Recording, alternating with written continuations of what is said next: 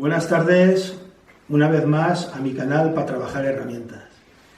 Cuando le pedí a mi amigo Tomás Nieto hacerle una entrevista, no tenía muy claro que me fuera a decir que sí. Hay que entender que hoy en día no todo el mundo está dispuesto a ponerse delante de una cámara para hacer un reportaje de este tipo o un vídeo de este tipo, y más cuando se sabe que se va a colgar en las redes sociales. Por eso, en primer término, pues darle las gracias a Tomás Nieto Sánchez. Buenas tardes, Tomás. Hola, José Luis, buenas tardes. Tomás y yo nos conocemos desde hace muchos años.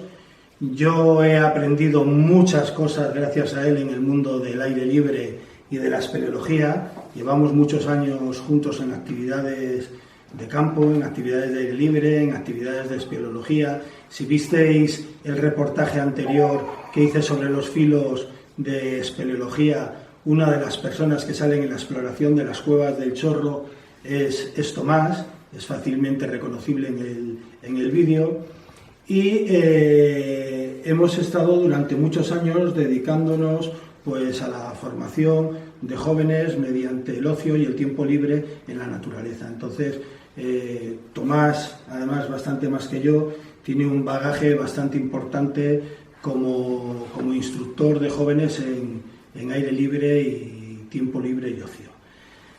Además, yo, Tomás, me decidí a pedirte que por favor me echaras un cable y que hiciéramos esta entrevista, porque tú sabes que yo le tengo un aprecio muy especial por línea de familia, por mi padre en concreto, a lo que son los cazadores de montaña, porque mi padre, que también sabes que viene del mundo de juventudes y que estuvo toda la vida haciendo montañismo, campamentos de verano y tal, él estuvo de alférez en cazadores de montaña en la Seu d'Urgell.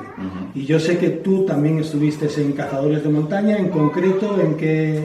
Sí, yo estuve en el regimiento de cazadores de montaña América 66, en concreto en Montejurra 20, que está en Pamplona, en Mezoain, un pueblo. El famoso Montejurra. Montejurra 20, sí, es de mi...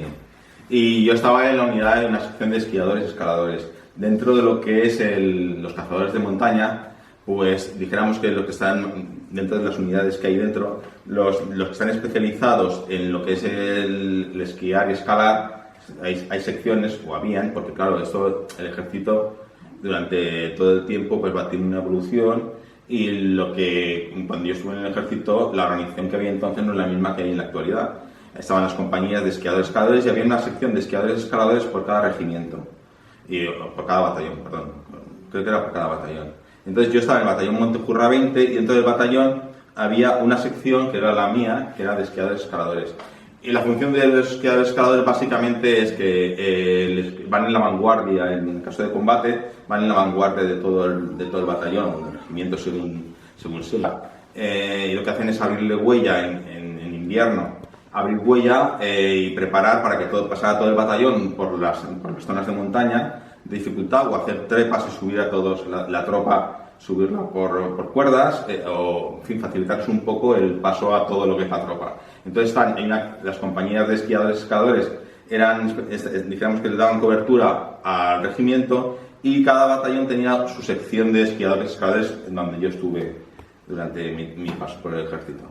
Entenderéis que con el bagaje que me está comentando Tomás, yo enseguida le pedí hacer un reportaje para el canal, porque todo ese conocimiento que él tiene extrapolado a la vida civil, a la vida de nuestras actividades, a la vida del montañismo, a la vida del bushcraft, del desarrollo de nuestras actividades en la naturaleza, supervivencia, los conocimientos que tiene es una joya. Él adquiere unos conocimientos en su paso por el ejército, pero esos conocimientos luego en su vida civil, si no es así me corriges, se transforman en un hándicap súper importante a la hora de sus actividades y del desarrollo de su vida al aire libre y de este ocio, o de esta manera que tenemos, que muchas veces hemos dicho que es un estilo de vida más que un deporte, sí. Un ocio, ¿verdad, Tomás? Sí, la montaña, al final la montaña es un estilo de vida.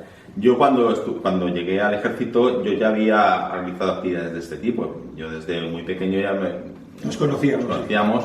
y hemos hecho actividades de este tipo, no diré toda la vida, pero vamos, estás dentro de lo que llamamos tu ambiente, tu entorno. Entonces, cuando se me dio la oportunidad de entrar en esta unidad, que es unidades de montaña, pues claro, estás un poco dentro de tu entorno. O sea, que casi vino antes el huevo que la gallina.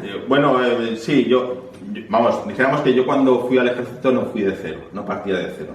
Yo ya sabía manejar la brújula, el manejo de planos, orientarme en la montaña, hacer tirolinas, pasarelas, ese tipo de construcciones de pasar de un sitio a otro, rápeles, ese tipo de cosas yo también había hecho cursos de esquí, en fin, no partía de cero, así como a lo mejor 2 compañeros partían de cero y cuando llegaron a las tropas de montaña sí que les costó más estaban más verdes.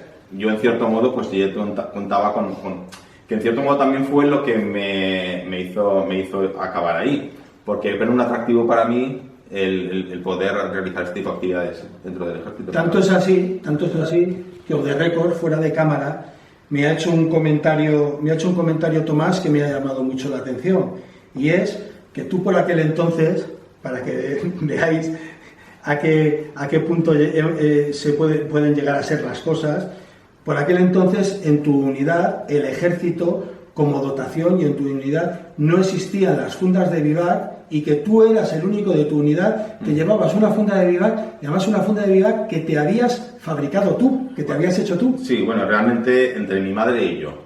Las madres que siempre han estado apoyando, han estado sufriendo y apoyando nuestras actividades. Sí, exactamente. Nosotros teníamos un saco de dormir doble, un saco doble, que era como un saco metido dentro de otro saco. Eso viene muy bien porque cuando estás en una época en que no te hace falta, pues te quitas uno y solamente duermes con uno, y cuando estás en la época de mayor frío, pues te pones los 2. Pero claro, muchas veces teníamos que dormir en la intemperie. En la intemperie me refiero, pues eso, incluso con nieve, hemos dormido fuera con nieve, claro, y entonces ahí, pues la funda iba que venía muy bien porque era una funda impermeable y entonces evitaba que el saco se te mojara, cosa que otros compañeros no tenían, y yo me la llevaba porque como sabía dónde iba, pues yo la funda de vivac del saco que tenía de la vida civil, pues me la llevaba cuando tenía que estar en el ejército, sí. Daros cuenta de que estamos hablando de una época en la que no había, ahora Tomás me figuro que se va a sonreír un poco, no había para nada el material que hay hoy en día.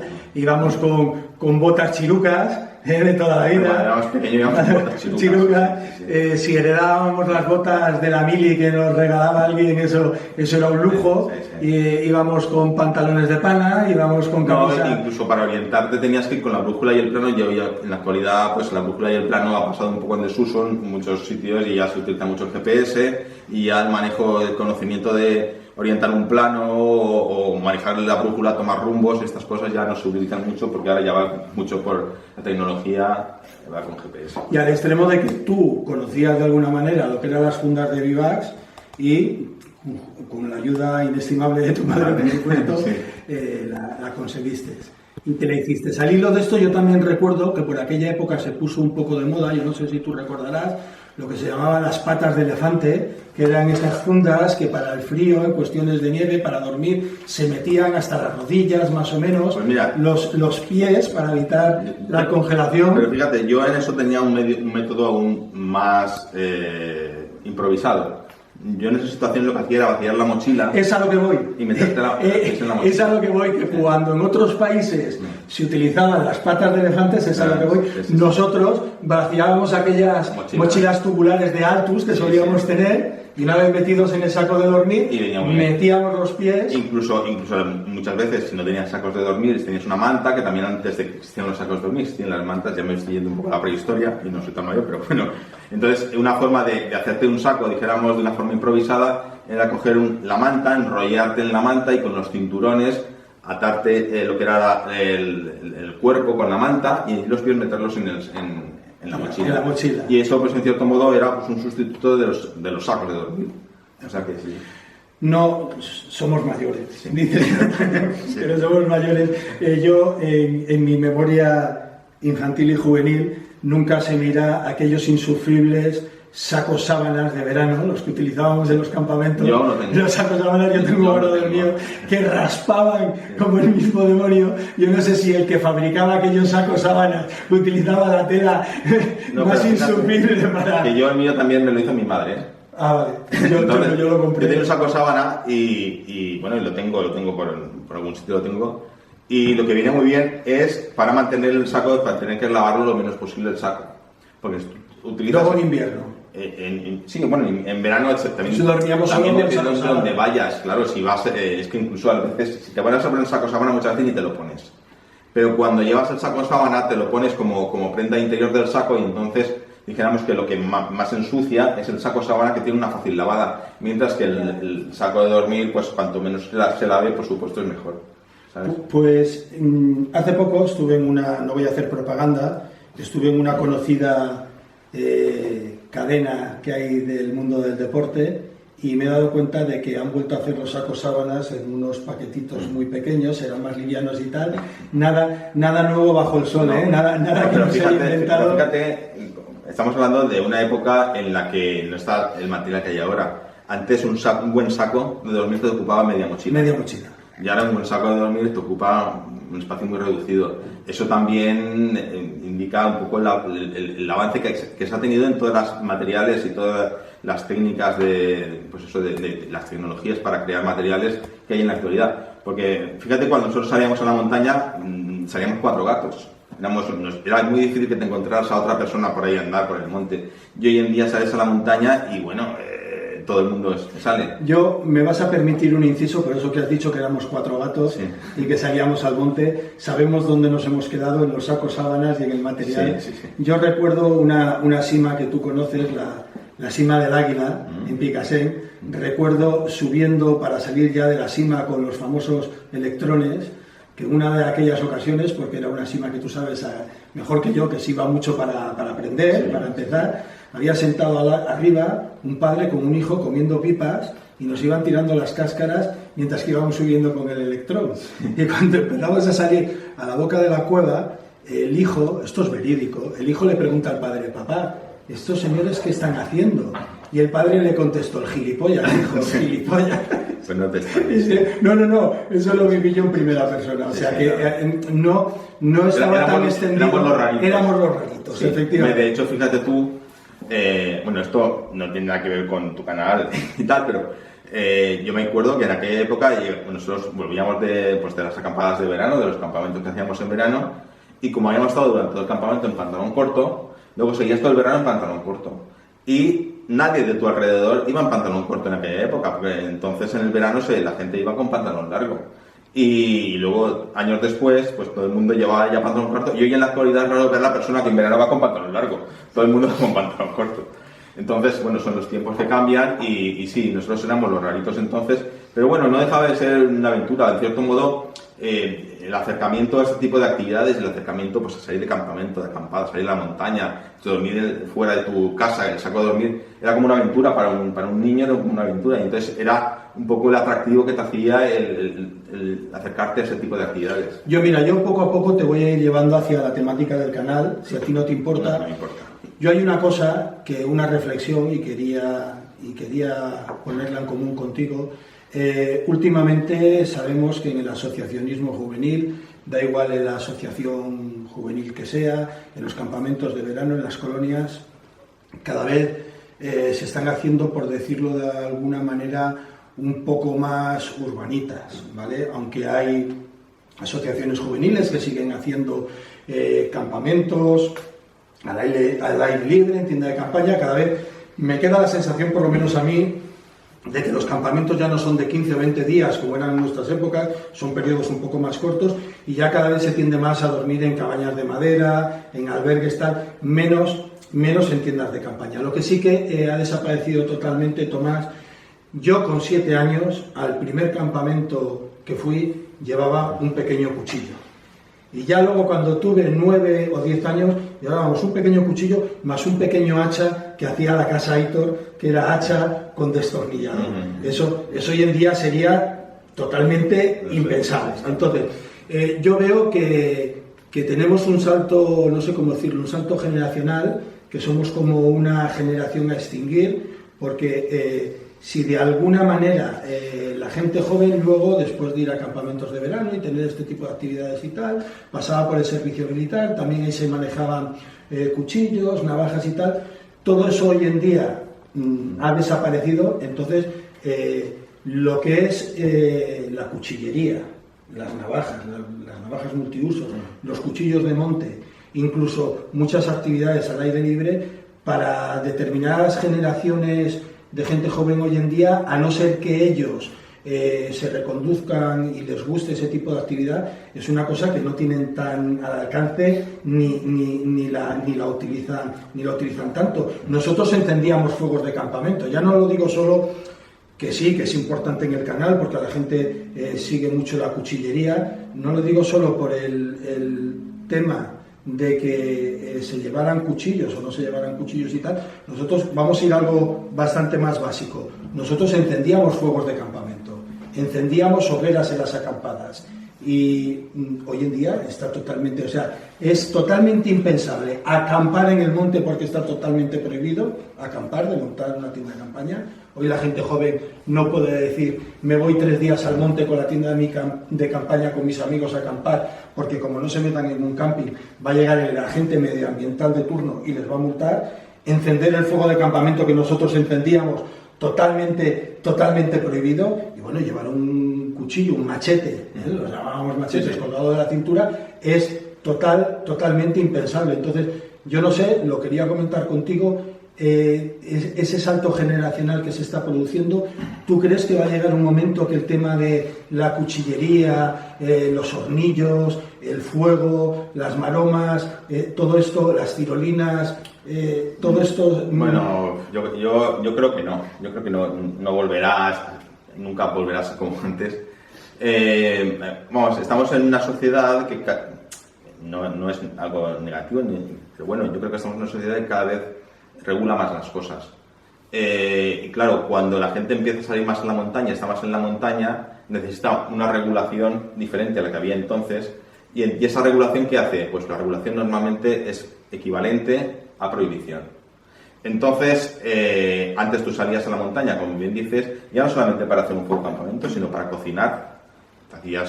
Para cocinar cualquier cosa, te hacías un pequeño fuego y no pasaba nada. El monte no se quemaba porque tú tomabas las precauciones adecuadas, sabías dónde había que hacer un fuego, dónde no había que hacerlo. Bueno, la gente del monte, de la montaña, eso lo está practicando durante siglos y no se quemaban los montes. Lo que pasa es que, claro, la gente de la ciudad que no sabe hacer esas cosas, si se pone a hacer, pues eso, una barbacoa en medio de los pinos y un sitio que no se tiene que hacer, pues claro, es más fácil que se prenda. Entonces, claro, ha habido un momento en que ha habido que normalizar y regularizar todas esas situaciones. Y claro, por un lado está muy bien porque evita que haya muchos problemas y muchos accidentes y muchos incendios y tal, pero por otro lado, pues la gente que antes salíamos, pues claro, nos han pedido, como bien dices, antes ibas a dormir a cualquier sitio, montabas la tienda de campaña y no pasaba nada, hacías un fuego y no pasaba nada, y ahora pues no se puede acampar, la acampada libre está prohibida, lo que sí que se permite es la pernoctación. Y luego hay otro problema añadido que no lo has comentado tú, pero que también es en España, que como hay 17 comunidades, hay 17 normativas diferentes. Correcto. Y no es lo mismo si tú estás en una comunidad como la nuestra valenciana que si te vas a la comunidad de Aragón, la normativa es diferente. Y a lo mejor en una comunidad está permitido unas cosas y en otra comunidad no está permitido. Y eso también es otro hándicap añadido a todo el tema este de... Añadido a que la persona que dirige, tal y como está la legislación hoy en día, la persona que dirige esa actividad de aire libre, esa actividad de montaña, esa acampada, esa actividad de espeleología, esa actividad de escalada, esa persona se convierte inmediatamente en el responsable civil subsidiario de todo lo que pase. Claro. De todo lo que yo... Sí, además de tener la titulación correspondiente, los certificados correspondientes y está sujeto a la normativa. Lo que quiere decir, lo que yo por lo que yo iniciaba este comentario es hoy en día la gente joven lo tiene bastante más difícil. Sí. Yo veo un salto generacional para engancharse, subirse al carro de este tipo de actividades. Dijéramos que yo lo que creo es que viven la montaña de una forma diferente a como la hemos vivido nosotros, pero que eso es lógico también, porque nosotros también la hemos vivido de forma diferente a como la vivían nuestros padres. Cada generación tiene una forma diferente de... No, duda.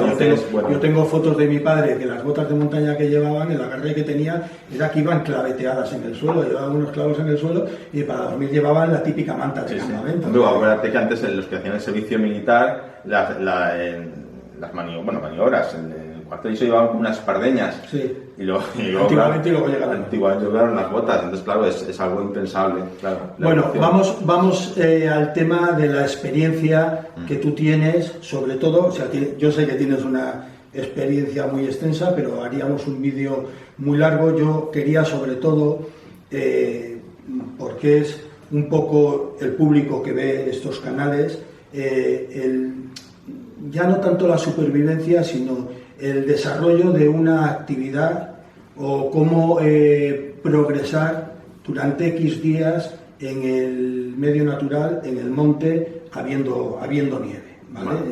Yo sé que a vosotros os enseñaban todo este tipo de cosas. Entonces, por ejemplo, yo te he hecho una pregunta antes, porque hemos estado un poco preparando esto, y te he preguntado cómo funcionabais, por ejemplo, con las raquetas de nieve. Hoy en día, en cualquier sitio se compran las raquetas de nieve y la gente... Y tú me has hablado que, por ejemplo, en tu época, raquetas de nieve no, crampones sí. Sí, a ver. Bueno, el crampón, es que son dos herramientas que son diferentes y se utilizan para cosas diferentes. Las raquetas son para andar en nieve y los crampones son para el hielo. ¿Qué problema tenían las raquetas? ¿Por qué no utilizabais raquetas de nieve? Nosotros no utilizamos, yo pienso que nosotros no utilizamos las raquetas porque nosotros lo que utilizábamos cuando nos desplazábamos, bueno, nosotros dijéramos que lo que hacíamos básicamente era movernos por la montaña, con toda la montaña nevada, que era nieve virgen, íbamos hasta los picos del Pirineo Navarro, porque yo me movía por el Pirineo Navarro, y entonces subíamos hasta el pico. Claro, llega un momento en que cuando la nieve es digamos, tan espesa el manto que hay, que no puedes subir andando, porque se te hunde el pie. A mí se me hundía, ha habido veces que yo recuerdo que, por ejemplo, una vez se me rompió la fijación del esquí y tuve que andar, nada, 20-25 metros donde estaban mis compañeros, y solamente de andar con ellos se me hundía la nieve hasta la ingle. Agotado, claro. Bueno, claro, y cada paso era levantar un pie, sacar un pie de la nieve, dar un paso, meterlo, claro, cargado con la mochila y con los esquís rotos, y claro, llegas 25 metros, no eran más. O sea, quiero decirte que moverte sin la nieve, si no tienes una herramienta, unos útiles adaptados a lo que estás haciendo, es imposible. Y entonces nosotros, como íbamos, nosotros no utilizamos las raquetas porque realmente no las necesitábamos. Yo supongo que si hubiéramos necesitado para lo que nosotros hacíamos, que lo habíamos usado. Nosotros llevábamos los esquís, que eran unos esquís que ahora son diferentes, porque claro, estamos hablando de una época que, como antes... Lo mismo que hemos hablado de la evolución del material. Correcto, el material ha cambiado mucho. Pero bueno, nosotros llevábamos, para movernos en la nieve, nosotros llevábamos unas botas, que eran unas botas mixtas que se llamaban. Vamos, los que hayan practicado esquí saben que la bota de esquí es una bota que tiene rígido. Pensemos que la gente no ha practicado esquí. Bueno, vale. Explícalo. Pues el que no haya practicado nunca esquí, para moverse con los esquís, básicamente todo consiste en cargar el peso más o menos y clavar más las aristas de lo que son las tablas del esquí, digamos, se compone de la tabla y la fijación, básicamente. Entonces, la fijación es donde metes la bota y el otro es la tabla. Vale, bueno, pues eso tiene unos cantos, y los cantos, según los claves más en la nieve, los claves menos, cargas el peso más de un lado u otro, pues eso es lo que te va dirigiendo a un sitio dirigiendo a otro. Bueno, pues nosotros llevamos, para poder hacer eso, cargar el peso más en una parte o en otra, lo que tienes que hacer es llevar una bota que es rígida. Dijéramos que toda la parte, la media caña que sube o la caña entera, es una bota rígida y no tiene movimiento del pie, ¿vale? Entonces nosotros, cuando las botas que llevábamos era mixta, de tal forma que tú le cambiabas a la posición de travesía y entonces sí que te permitía hacer el juego del pie. Mientras cuando estabas en descenso, la bota la convertías en rígida. Y lo mismo pasaba con lo que era la fijación. La fijación tiene una posición que la parte del talón se levantaba, que es cuando estabas en travesía, para poder hacer como saben en la televisión, en las Olimpiadas y tal, el esquí de travesía. El esquí de fondo. Vale, pues entonces, como te digo, en el esquí de fondo son unos esquís muy finitos, como te he dicho, y nosotros, bueno, si te fijas en la televisión, verás que los que practican esquí de travesía o esquí de fondo, lo que hacen es que levantan el talón, mientras que en el esquí, cuando tú bajas esquiando, el talón no, el talón va sujeto a lo que es el esquí. Entonces la fijación de esos esquís es una fijación mixta que permite ponerlo como la fijación como de descenso o de travesía, de tal forma que tú cuando tenías que progresar como esquí de fondo, como esquí de travesía, lo que te ponías es la bota para travesía y la fijación en travesía, de tal forma que tú tenías la puntera libre y el movimiento del pie también. Mientras que cuando ibas a bajar en descenso, lo que tenías que hacer era ponerte la fijación fijada y para descenso y la bota también rígida. De esta forma podías bajar. Entonces, para hacer el esquí de travesía, además le ponías en lo que es la suela, en la parte de abajo de lo que es el esquí, en la tabla, una cosa que se llama piel de foca. Piel de foca. Piel de foca. Esto es una... Bueno, ahora hay de otros materiales, pero antiguamente los esquimales eran piel de foca de verdad. De verdad. Y se ataba a la parte de abajo. Yo en mi época pues lo que hacíamos es un adhesivo que se pegaba. Se enganchaba en la punta de la espátula, de la parte del esquí, de la tabla. Lo enganchabas ahí y se pegaba en todo lo que era la parte... A lo largo de todo el esquí, en la parte del esquí que tocaba la nieve. Que tocaba la nieve. Y esto tiene unos pequeños pelitos que están inclinados, de tal forma que están en esta dirección, y cuando tú avanzas, desliza, pero para atrás, pues van frenando. ¿Como la parte dura del velcro? Como la parte dura del velcro. Bueno, esperando me da una composición dura del velcro. Yo te diría que es como, pues cuando, por ejemplo, te vas a afeitar, que está el pelo a favor o está en contra, que vale, te frena. Perfecto, ¿Vale? perfecto. Bueno, pues esto es así. Entonces, ¿esto para qué sirve? Sirve para hacer subidas no excesivamente pronunciadas, lógicamente, pero sí que sirve para ir subir y ascendiendo a los picos, vas con los pieles de foca y cuando llegabas al pico, pues te quitabas los pieles de foca, ponías el esquí en descenso, te ponías las botas en descenso y entonces bajabas. La piel de foca, por esos pelos que tú me dices, yo entiendo que permitía subir pero no bajar. Eso es. Cuando el esquí va hacia atrás, lo frena. Lo frena. Entonces solo te permite evolucionar y no retroceder. Correcto. Vale, entonces, por lo que tú me estás explicando, porque yo a lo largo de toda la entrevista voy a intentar llevar la experiencia al mundo de tu experiencia, al mundo deportivo, bajo ningún concepto, con una nevada importante, nadie tiene que salir al monte sin raquetas o sin esquí. En primer lugar, es que nadie tiene que salir a la montaña, primero, ya no hablando de lo que es la nieve, sino en general, nadie tiene que salir a la montaña alegremente y sin los medios y sin los conocimientos. La montaña no hay que temerla, pero hay que respetarla. Y entonces, bueno, además hay muchos refranes montañeros que en eso también nos dan muchas lecciones. Antes, cuando decías tú fuera del micrófono, lo hablábamos también. Nosotros, por ejemplo, hay varios refranes que para esto vienen muy bien, que es, por ejemplo, nieve en la cumbre, fuego en la lumbre. Si está nevado en la cumbre, porque hace mal tiempo, o niebla en la cumbre, que también se le dice, no salgas a la montaña, quédate en tu casa, por ejemplo, ¿no? Y entonces esto es así. O, por ejemplo, roca mojada no hay escalada. Si la roca está mojada, no hagas escalada. O sea, lo mejor para moverse por la montaña, lo mejor siempre es la prevención, el sentido común y bueno... En el mundo rural se dice también mucho sol a rodalillos, agua a cantarillos. O el famoso de cuando el grajo vuela abajo, hace un frío del carajo. Por ejemplo.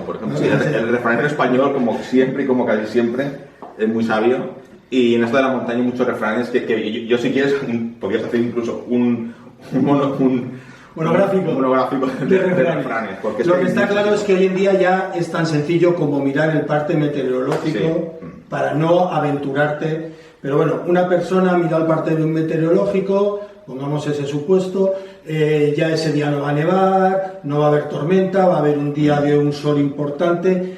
Primero y fundamental, si no se lleva las herramientas, para trabajar herramientas, que es el canal.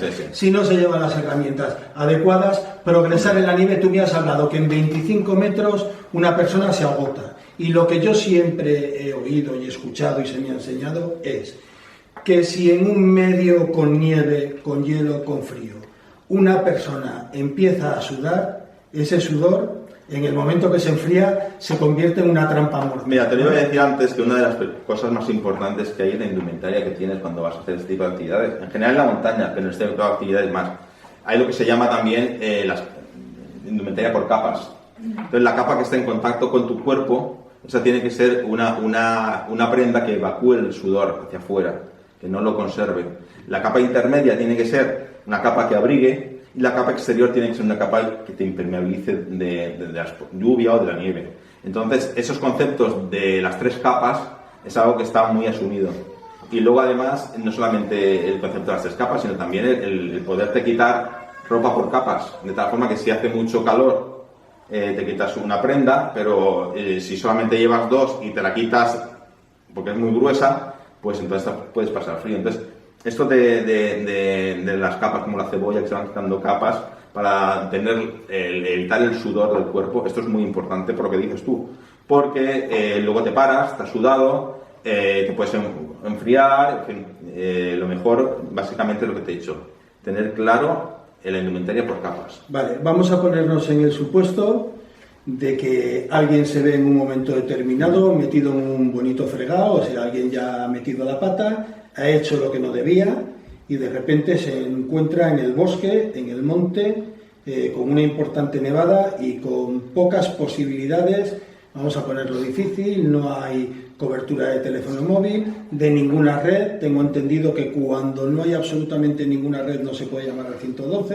que el 112 siempre funciona cuando por lo menos hay alguna red válida, tengo entendido, no sé, a lo mejor luego en el cajón de comentarios alguien me saca del error, pero yo tengo entendido eso. Alguien ya la ha fastidiado y ha hecho lo que no debía. Yo oí hace mucho tiempo una frase que me sorprendió mucho que decía: ¿de qué muere un hombre cuando se pierde en el bosque o en el monte?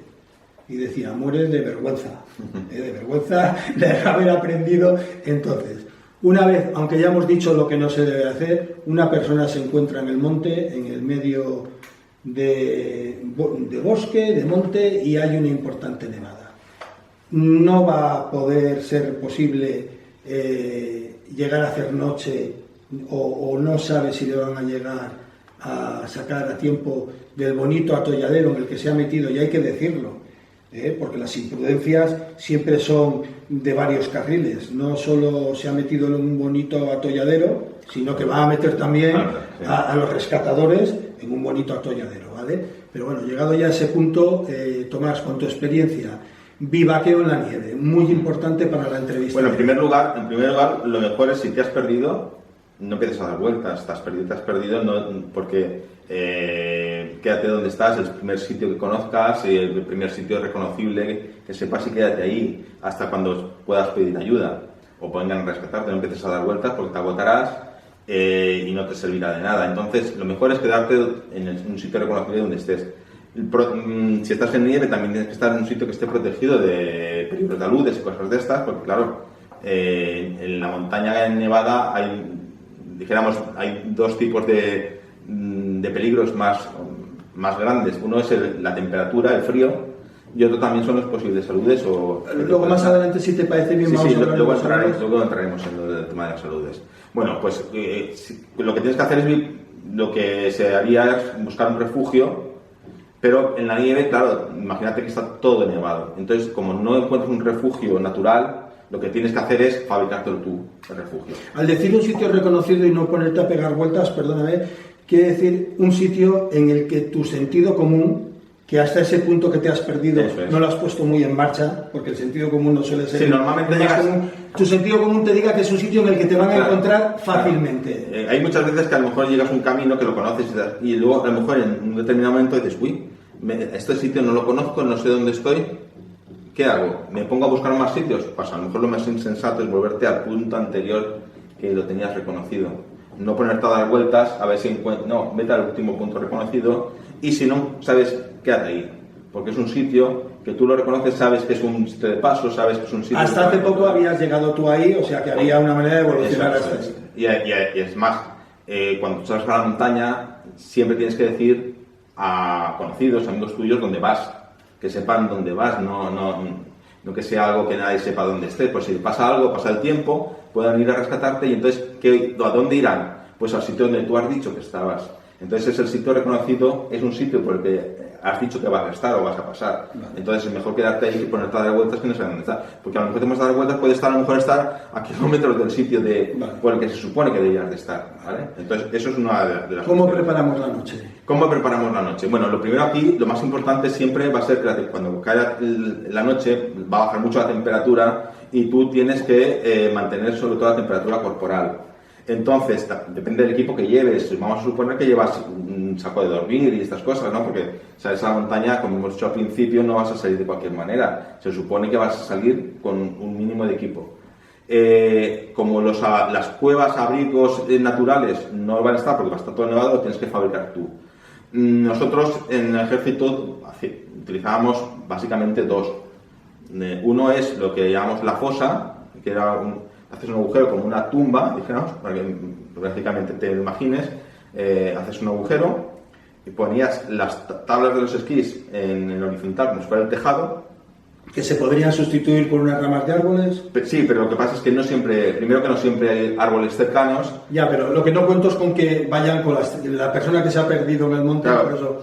depende un poco de la sí, pero bueno, si no, está la otra que te voy a decir, ¿vale? Pero si es esquiando, o esquís de travesía, tienes el agujero y pones las tablas encima a modo de vigas, encima pones los ponchos y en los bordes pones bloques de nieve de la que has quitado de bloques de hielo, Compactado, ¿no? compactado, lo pones alrededor para que hagan fuerza y el poncho, aunque no te lo creas, todo esto se queda rígido del frío y entonces se accede por un túnel que has hecho de acceso a esa fosa, ¿vale? Eso es un tipo de refugio. Y luego el otro es el que nosotros también llamamos una especie de como una cueva en la que tú haces un pequeño túnel. Tienes que buscar un sitio donde, imagínate, si está en la montaña y se irá acumulando la nieve en este lado, pues dijéramos que de la parte superior hasta donde está la piedra, pues a lo mejor hay 2-3 metros o un par de metros. Donde se haya acumulado mucho la nieve. Exactamente. Y entonces haces un pequeño túnel en el que quepas tú, como decían en la exploración jacatera, un pequeño túnel pues eso, que quepas tú. Y luego, una vez has profundizado, pues a lo mejor medio metro, empiezas a hacerlo más grande, de tal forma que dentro quepas tú, o si vas con un par de personas más, pues que quepáis los tres. Hacer como una sala. Hacer como una sala donde dormir. Ahí es muy importante dos cosas. Una, que donde tú vayas a dormir esté más alto que la entrada, porque ya sabes tú que el calor tiende a subir y el frío, si lo hicieras a la inversa, el calor se escaparía por la boca.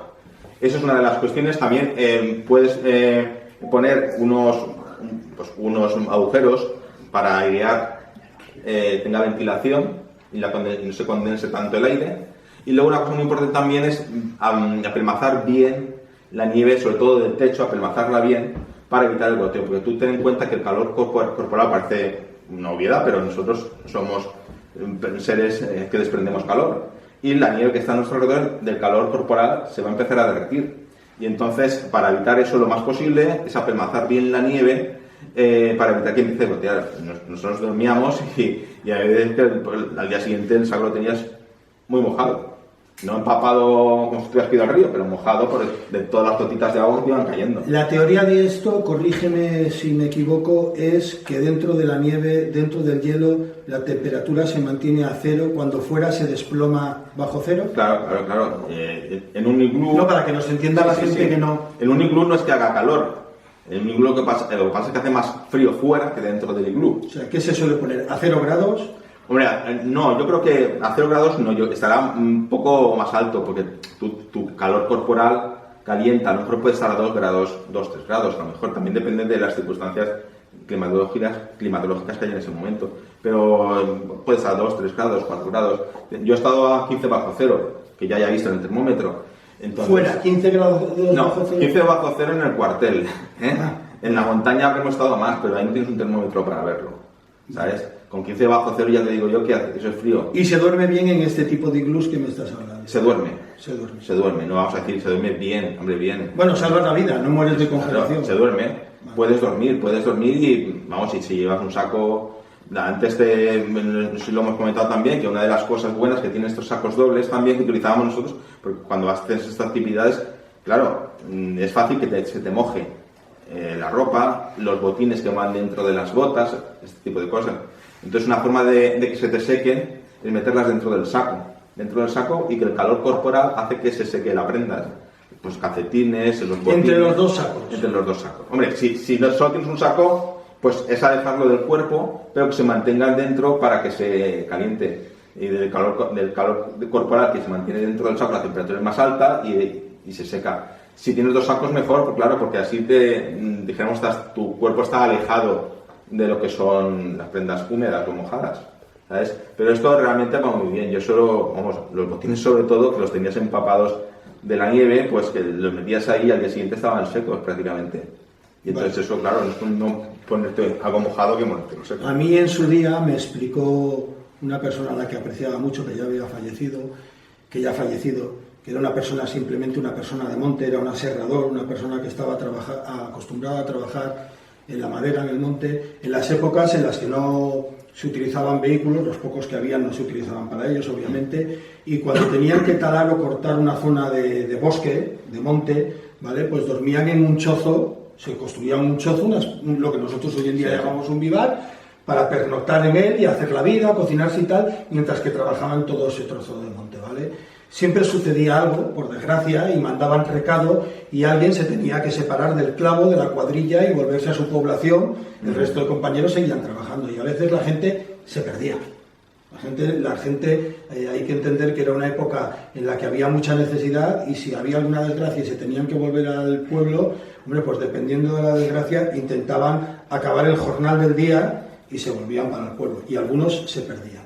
Y me daban unas claves, que a ver qué opinas tú de ellas, y una es que una vez perdido, ya no estamos hablando de nieve, perdido en el bosque cuando hay frío por la noche, que una de las situaciones que ellos utilizaban, estamos hablando, repito, de hacheros, de aserradores, era no dejar de caminar en toda la noche para no quedarse fríos, ¿vale?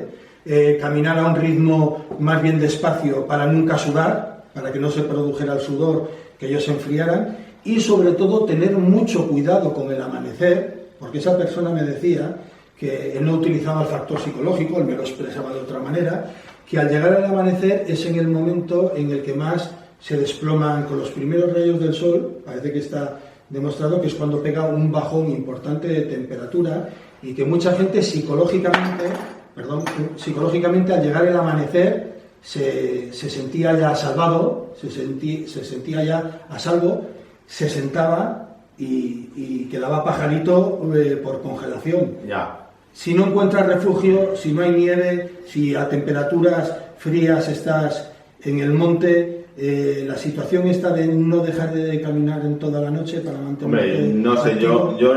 Aunque sea redonda, no sé ya, qué decir. no sé, es que claro, en cada situación hay que valorarlo. Yo creo que en estas cosas también la experiencia te va a dictar lo que tienes que hacer. Está claro que si te sientas... Te vas a enfriar. Te congelas. Claro. Hombre, en esa situación sí. Lo que pasa es que también te he dicho que no dar vueltas tontamente porque estás gastando energía y una de las... Depende de si tienes posibilidades de que te encuentren pronto o no te encuentren pronto, en fin, es que depende de muchos factores. Bueno, estamos hablando de una España de los años 40, de los años 30... Es que si te van a encontrar... Con mala ropa... es que si no tienes posibilidad de que te vayan a encontrar, ten en cuenta que lo que tienes que hacer es ahorrar energía. Y no tienes alimentos, no tienes, te vas a agotar enseguida, ese tipo de cosas. Entonces ahí lo más inteligente es refugiarte en donde puedas, mantener el calor que puedas, hacer fuego si puedes. Claro, depende un poco de las circunstancias. Yo hoy en día si me pasara eso... Tienes que hacer fuego. Yo te estaba comentando que si yo me pierdo en el bosque me da igual que me pongan una multa. Yo hago la hoguera sin pegarle fuego al bosque, claro. Sin pegarle fuego al bosque con conocimiento, pero entre otras cosas...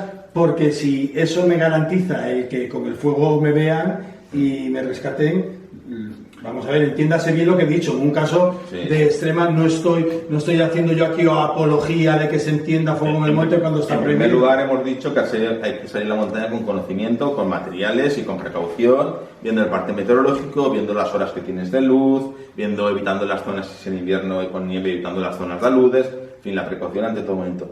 Y si a pesar de todo eso te diera esa circunstancia, bueno, pues...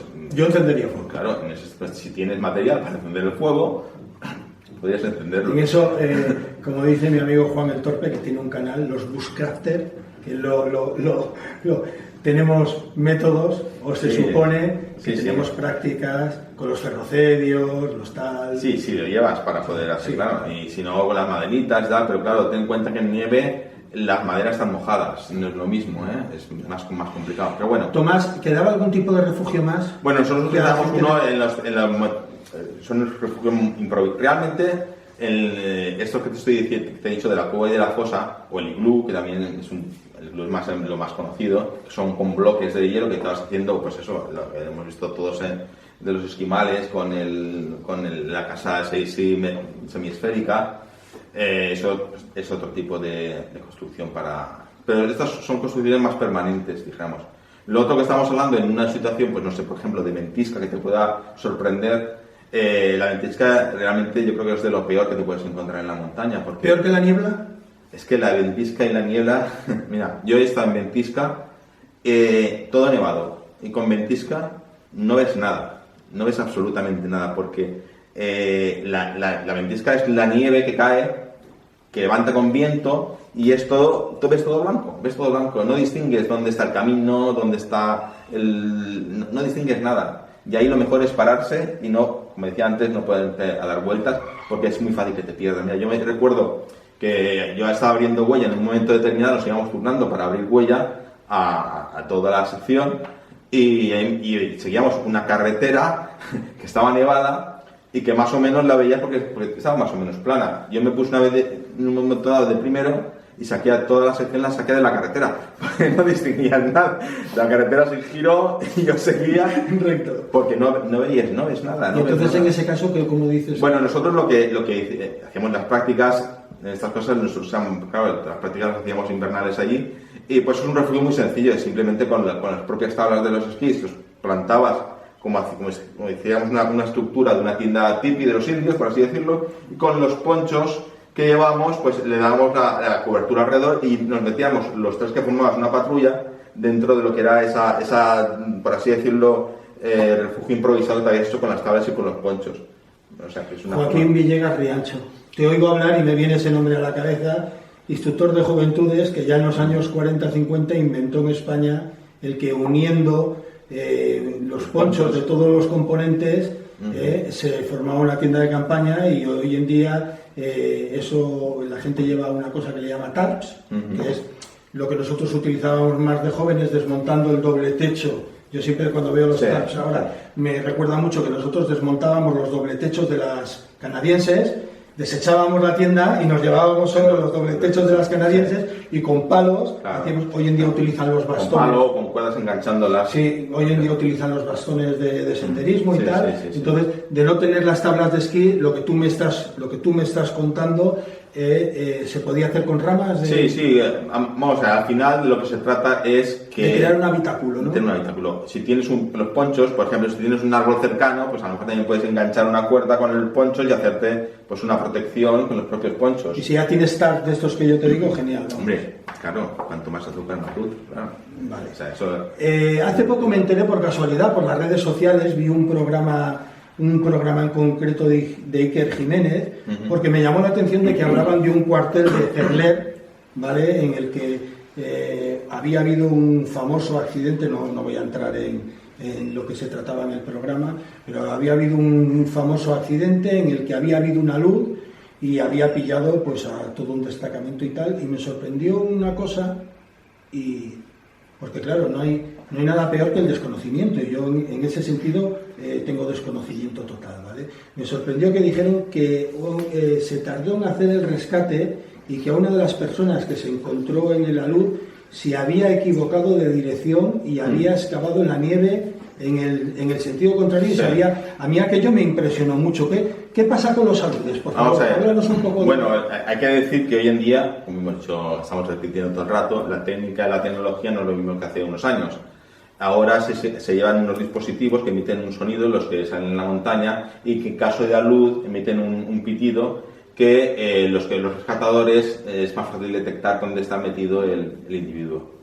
Dijéramos que si te va a pillar una luz, lo primero siempre es evitar las zonas de aludes, evitar las horas en las que es más fácil que haya una luz, pero si te pilla la luz, lo que tienes que hacer es intentar, dijéramos, nadar por la nieve que te está barriendo, y en un momento en que te notes que te vas a quedar parado, intentar hacerte como una cámara de aire en torno sobre todo a la cara, a las fosas nasales, y una vez ya ha parado la nieve, en los primeros minutos lo que tienes que intentar es, si puedes, excavar para salir. ¿Qué ocurre? Que tú en un momento determinado no sabes hacia dónde tienes que ir. Has perdido el sentido de la orientación. Tú no sabes hacia dónde está, arriba, abajo, a la izquierda o a la derecha, no lo sabes.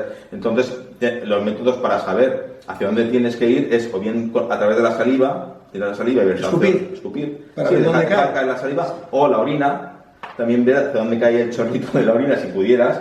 Entonces, estas cosas lo que te hacen es ver hacia qué dirección quieres, que es la contraria a la que... A mí me han dicho las gotas, que te caigan si te caen las gotas en la cara, en el hueco sí, que haces o no. Claro, la gravedad... O lo que se descongela de tu cara cae hacia... Sí, pero la saliva yo creo que es un método más rápido, la saliva. Si ves que la saliva que tiras te cae hacia aquí, pues sabes que la gravedad, o sea, la parte de abajo es esta, entonces tienes que ir hacia allí. ¿Entiendes? Porque sí que se han encontrado, como tú bien has dicho, gente que le han rescatado viendo que estaban excavando un agujero hacia abajo.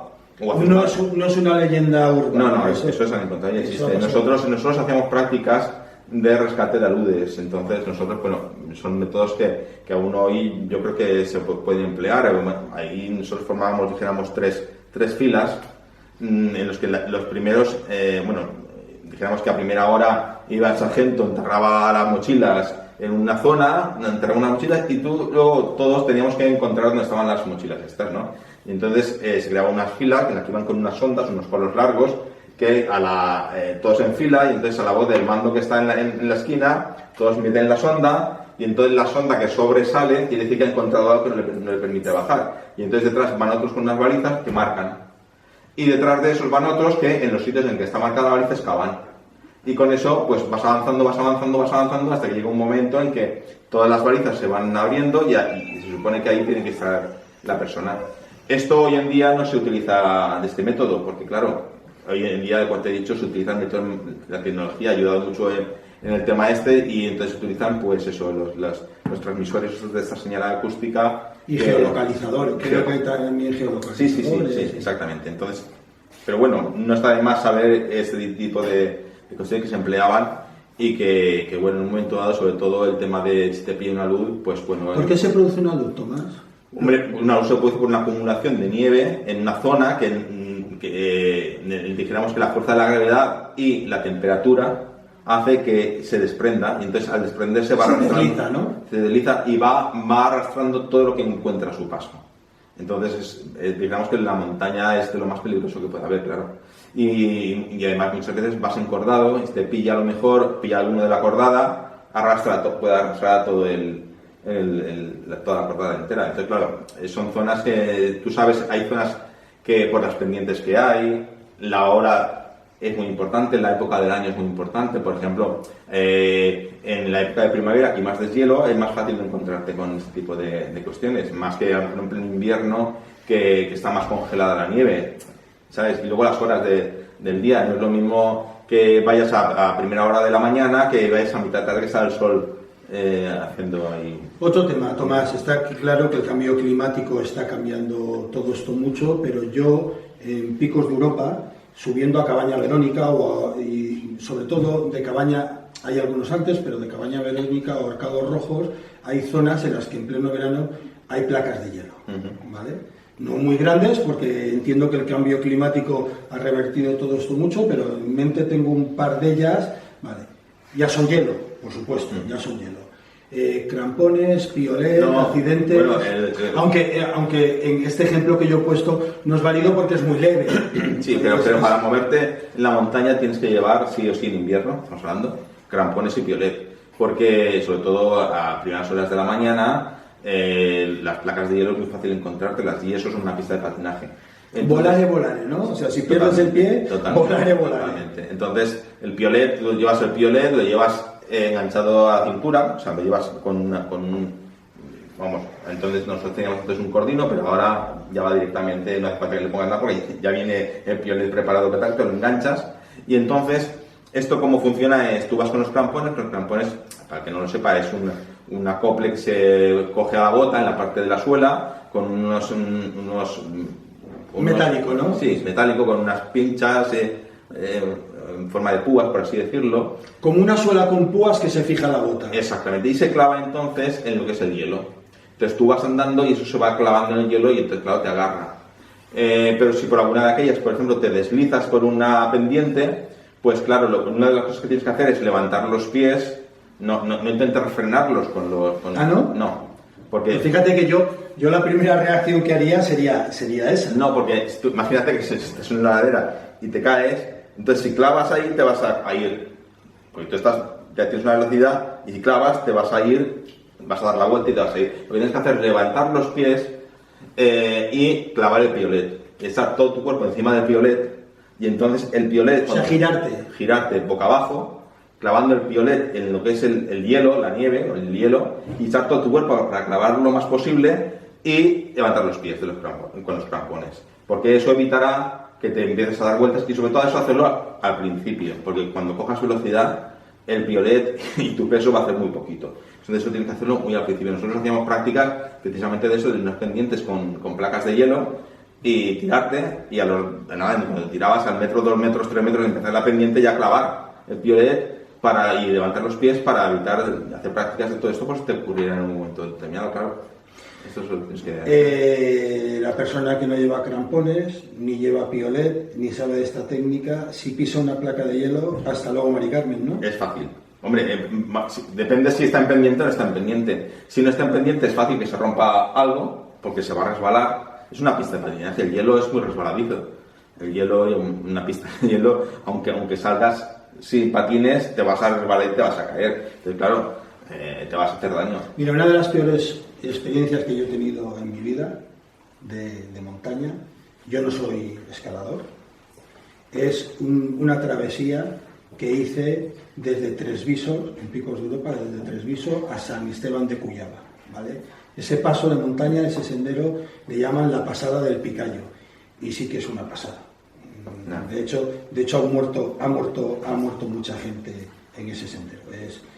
Yo no sé todavía si han tomado alguna solución de alguna manera regularlo o restringirlo o qué, pero te metes en él, preguntas, te metes en él, la gente te dice que se puede pasar y realmente se puede pasar, pero la conclusión que a mí me llega, a lo mejor ahora aquí hay alguien que lo ha hecho y dice que la conclusión que a mí me llega es que no es lo más inteligente hacerlo desde Tresviso en dirección San Esteban de Cuyaba, sino al revés, por la pendiente, y que nunca después de haber llovido.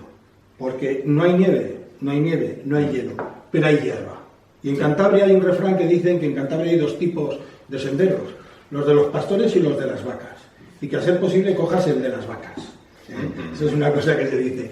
Entonces, tú no sabes la sensación tan dura que fue durante toda aquella travesía, con unos desfiladeros impresionantes a la derecha, llevar toda la suela de la bota llena de barro,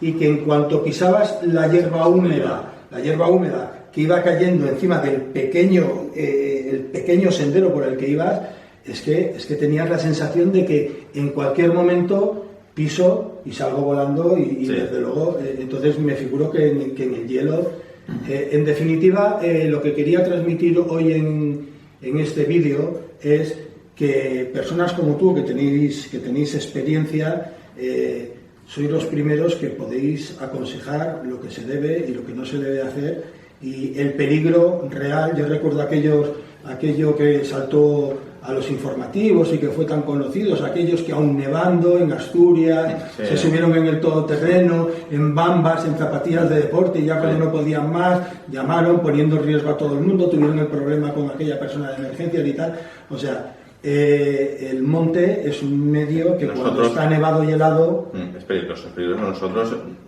yo, el tiempo que estuve yo en el ejército, no, pero gente que estaba en donde yo estuve, de años anteriores sí que han muerto en la montaña.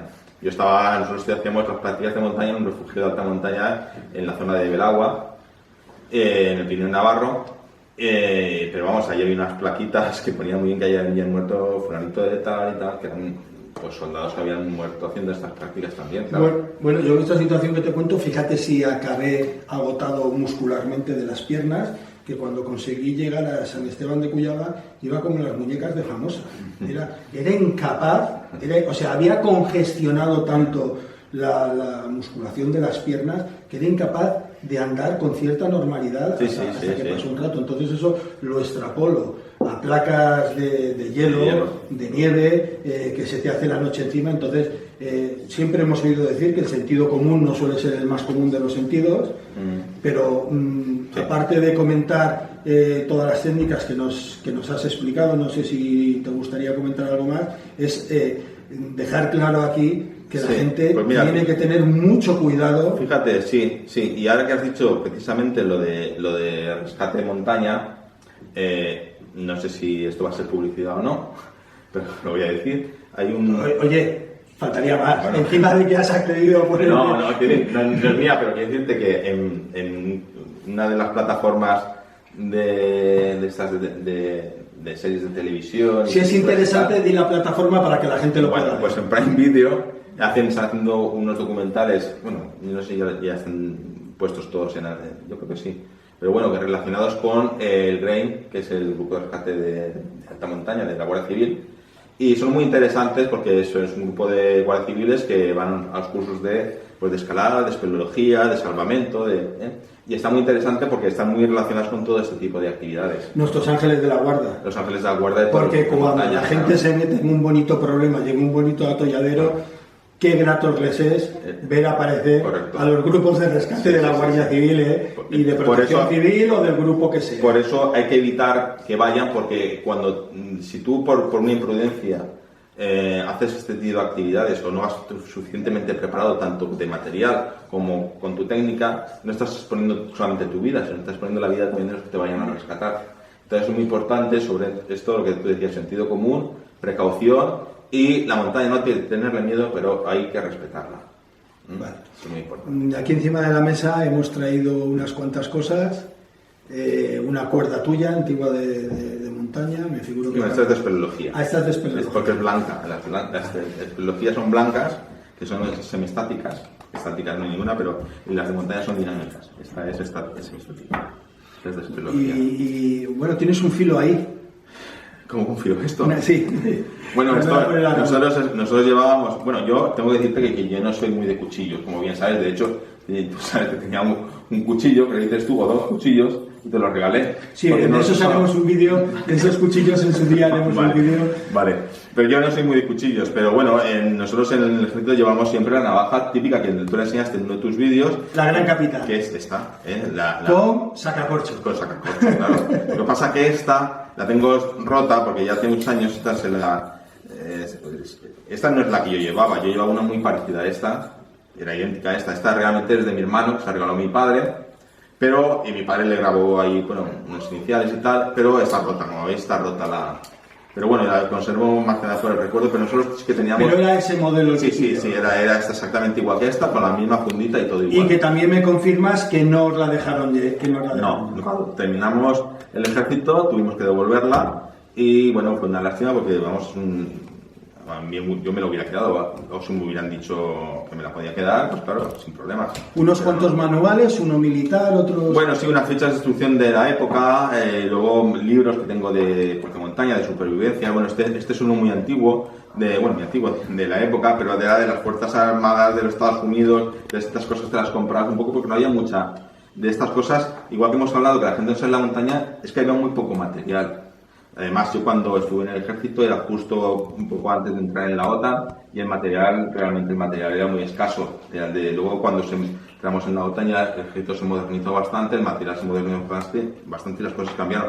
Pero en aquella época era muy escaso el material. Luego también tengo el distintivo que nosotros llevábamos. La tengo fotografiada y la pondré al principio del vídeo. Muy bien, pues este es el y agradecerte las fotografías que me has cedido para que luego las ponga también. Hay que decir que nosotros, que somos los esquiadores, no sé si me comentaste o me preguntaste un día, nosotros somos los que en los desfiles, éramos, porque yo ya no estoy, pero los que en los desfiles van de blanco.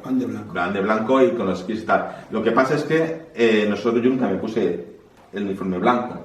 Nosotros cuando hacemos las prácticas no las hacemos con uniforme blanco y tiene su explicación. El uniforme blanco es un uniforme mimetizado. Para mimetizarte la nieve. Pero si haces las prácticas con el uniforme blanco y te pasa algo, es más difícil encontrarte para rescatarte. Entonces nosotros las prácticas las hacíamos con el uniforme que teníamos hidrofugado, de color verde, el normal, no el blanco, que es el de camuflaje.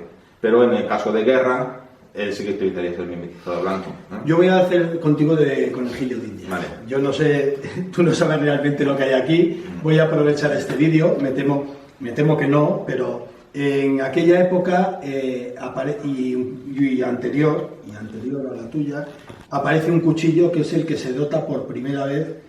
Para mí, porque una bayoneta no es un cuchillo, esa es la opinión que yo tengo, es la primera vez que el ejército español adopta un cuchillo, ¿de acuerdo? Entonces yo sé que lo tuvieron determinados cuerpos de fuerzas especiales, ¿vale? Se les dotó con el cuchillo que voy a enseñar ahora, y desconozco, porque esto para mí lo de cuerpos o fuerzas especiales es muy relativo. Para mí, yo no sé la catalogación que tendrán cazadores de montaña.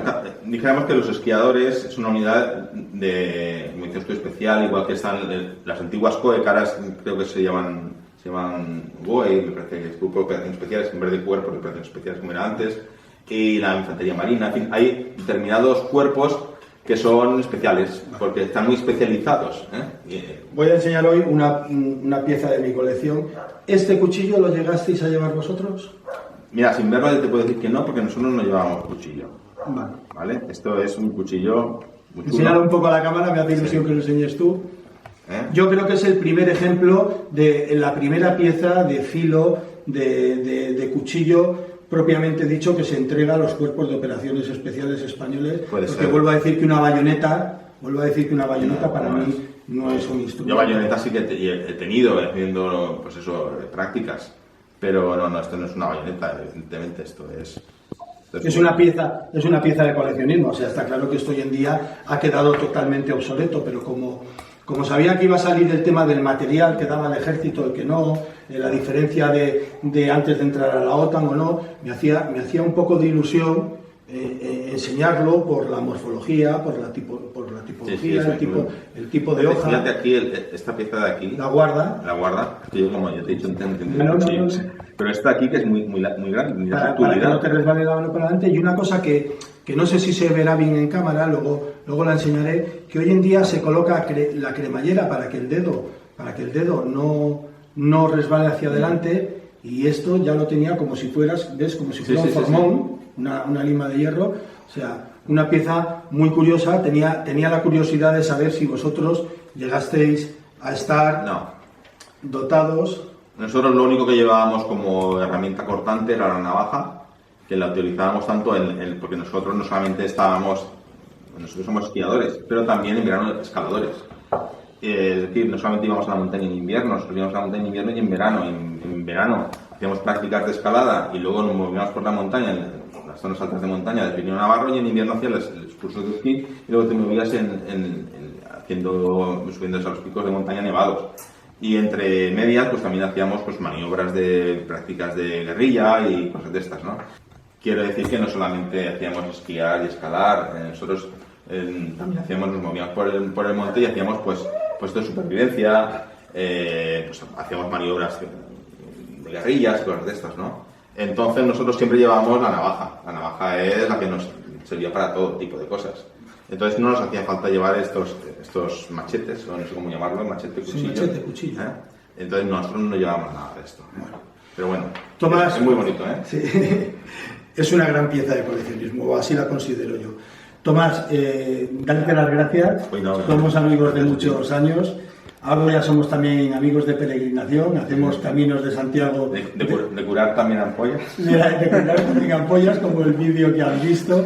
Hacemos caminos de Santiago de largo recorrido, y agradecerte pues por la valentía, porque yo lo veo una valentía hoy en día de ponerse delante de una cámara en unas redes sociales, pues que te verá gente y no todo el mundo está dispuesto. Te lo agradezco mucho por lo que pueda servir y la información que hayamos podido dar en el día de hoy, ¿de acuerdo? Bueno, pues gracias a ti y un saludo a todos tus, no sé si llamarlos canalvidentes o televidentes o cómo llamarlos. Suscriptores. Pues bueno, pues un saludo a todos los suscriptores del canal para trabajar herramientas. Hasta el próximo vídeo.